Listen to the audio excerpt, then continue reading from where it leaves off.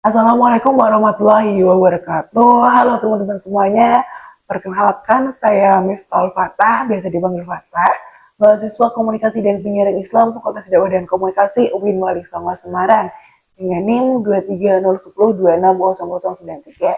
Nah, pada kesempatan kali ini kita akan membahas tema yang sangat luar biasa, yaitu asiknya Lebaran, tradisi, koneksi, dan juga makna. Nah, Lebaran bukan hanya tentang makan opor dan kumpul keluarga, namun Lebaran maknanya sangat besar banget bagi para pelaku usaha dan juga ekonomi.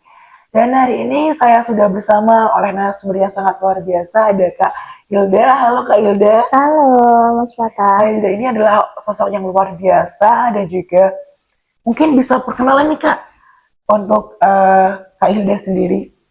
Oke, perkenalkan nama saya Hilda Aulianisa. Saya mahasiswa dari manajemen dakwah. Di sini juga sebagai pengelola parsel Lebaran. Oke. Nah, kalau boleh ceritain nggak Kak, kalau parcel Lebaran dari Kakak tuh yang seperti apa gitu? Kalau parsel sendiri tuh sebenarnya itu usaha punya mama, Hmm. tapi berhubung saya juga udah mulai belajar apa itu arti usaha dalam Hmm. pekerjaan, jadi saya cuma mengelola dalam penjualan, dalam promosi. Hmm. Tapi kalau masalah yang buat produk Hmm. masak-masak itu mama dan tim di rumah. Hmm. Kalau boleh tahu tuh mulai dari kapan Kak? Kalau mulai usaha hampers itu udah 5 tahun terakhir. Tapi Hmm. kalau untuk kue-kue lebaran kayak nastar, kastengel itu sebenarnya udah sejak aku kelas 6 SD. Udah lama. Udah lama. Hmm. Itu dari bisnis keluarga berarti ya Kak? Iya, bisnis mama sendiri. Nah, kalau boleh tahu Kak, menjelang Lebaran tahun ini, persiapannya bagaimana Kak untuk usaha parcel sendiri? Kalau persiapan itu kita udah dari Hamin 2 bulan sebelum Lebaran Hmm. itu udah mulai restock barang, cek harga pasar, dan udah mulai promosi-promosi di media sosial, Hmm. di grup WhatsApp, di Instagram, gitu. Kalau untuk tahun ini bagaimana Kak? Apakah ada peningkatan dari tahun sebelumnya atau makin ramai nih di tahun ini? Nah, di tahun ini tuh senengnya aku itu lebih banyak dari tahun sebelumnya karena mungkin karena udah meluas ya, banyak juga yang menawarkan pada teman-temannya gitu. Jadi tahun ini tuh bisa kemarin itu menghasilkan kalau kurang salah itu 250 produk.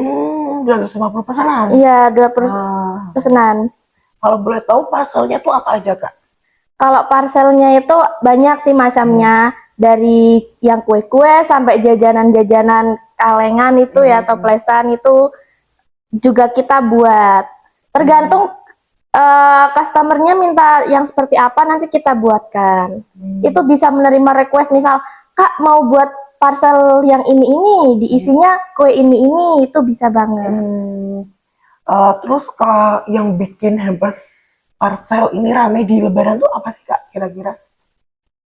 Yang buat rame itu selain harganya terjangkau juga kue buatan mama itu enak, nggak apa namanya nggak keras gitu ya, lembut di mulut itu juga.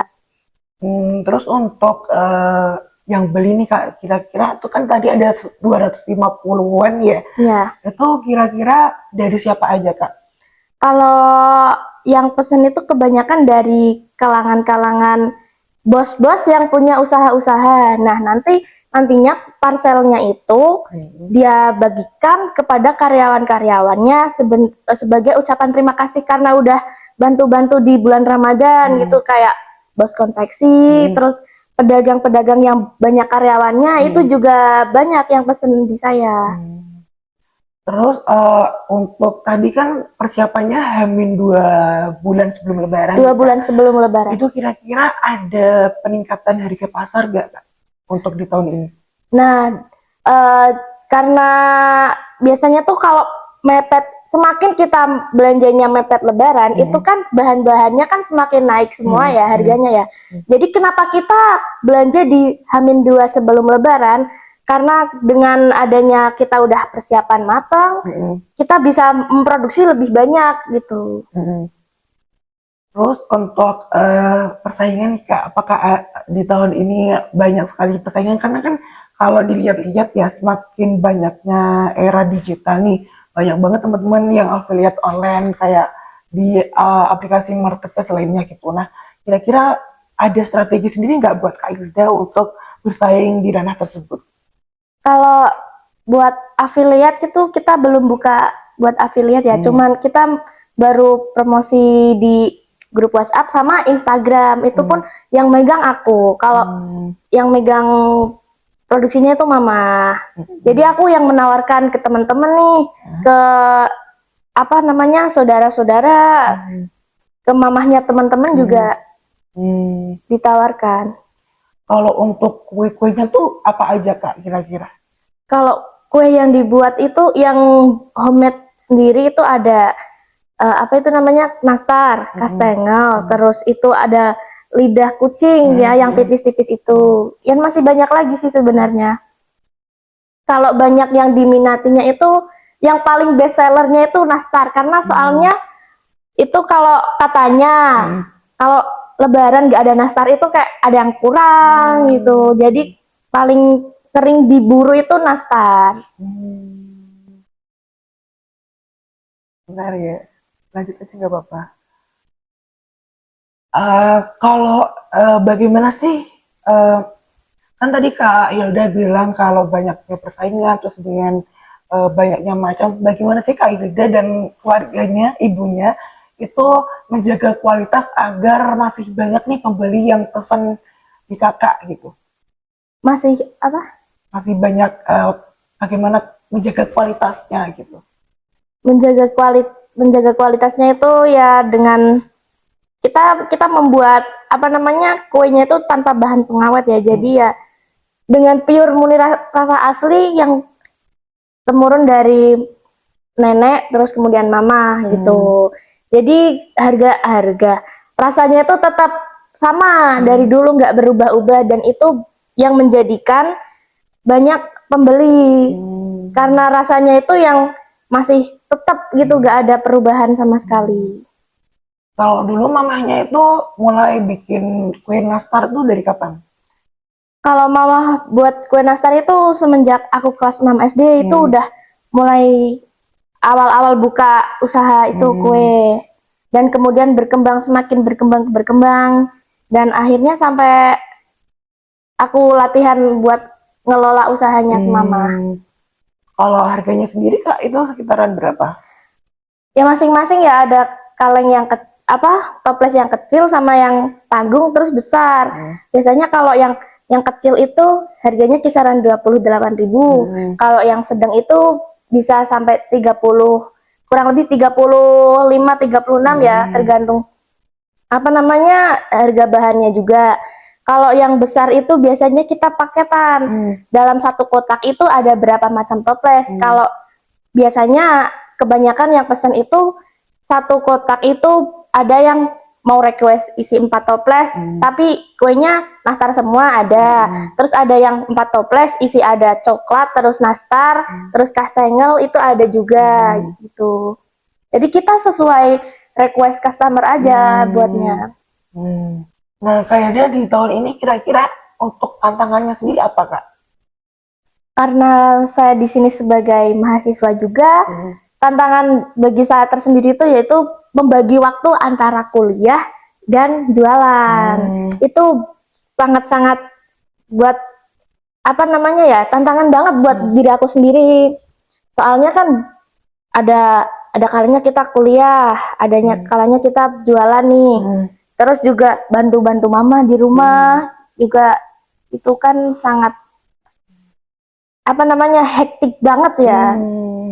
Apalagi pas kalau udah hamil hamil 2 minggu sebelum lebaran itu mulai kenceng pembuatannya. Kalau di rumah tuh ada berapa karyawan Kak? Kalau paling karyawan itu kalau mama itu ngambilnya dari cuman kayak tante sama ya tetangga yang mau bantu-bantu. Soalnya paling 6 orang kayaknya, nggak sampai 10-an orang. Berarti masih orang-orang terdekat aja Iya, berarti. masih orang-orang terdekat di sekitar rumah. Nah, tadi kan kakak masih kuliah. Nah, terus untuk membagi waktunya tuh bagaimana kan? Apalagi kan itu produksinya di rumah. Itu apakah kakak bolak-balik kuliah rumah, atau bagaimana tuh cara membagi waktunya? Nah, di sini kan kebetulan saya kelas ada matkul itu dari hari Senin sampai hari Kamis. Jadi Jumat, Sabtu, Minggu saya manfaatkan buat bantu mama di rumah, buat kue, buat promosiin juga gitu, buat konten-konten, buat di post di IG gitu, buat promosi. Jadi nggak, kalau saya bulak-balik kan saya sendiri yang capek dong. Akhirnya saya mutusin buat akhir minggu, biasanya weekend, dari Jumat sampai Minggu. Nanti Senin paginya saya berangkat ke Semarang lagi. Nah, sebenarnya makna Lebaran bagi kakak tuh apa kak? Selain bagi pengusaha ya, mungkin makna Lebaran sendiri menurut kakak tuh apa? Bagi saya sendiri makna Lebaran itu bukan hanya kita maaf-maafan, kita saling maafkan satu sama yang lain, kita bagi-bagi hampers ke keluarga, ke teman. Tapi bagaimana kita bisa membantu orang lain.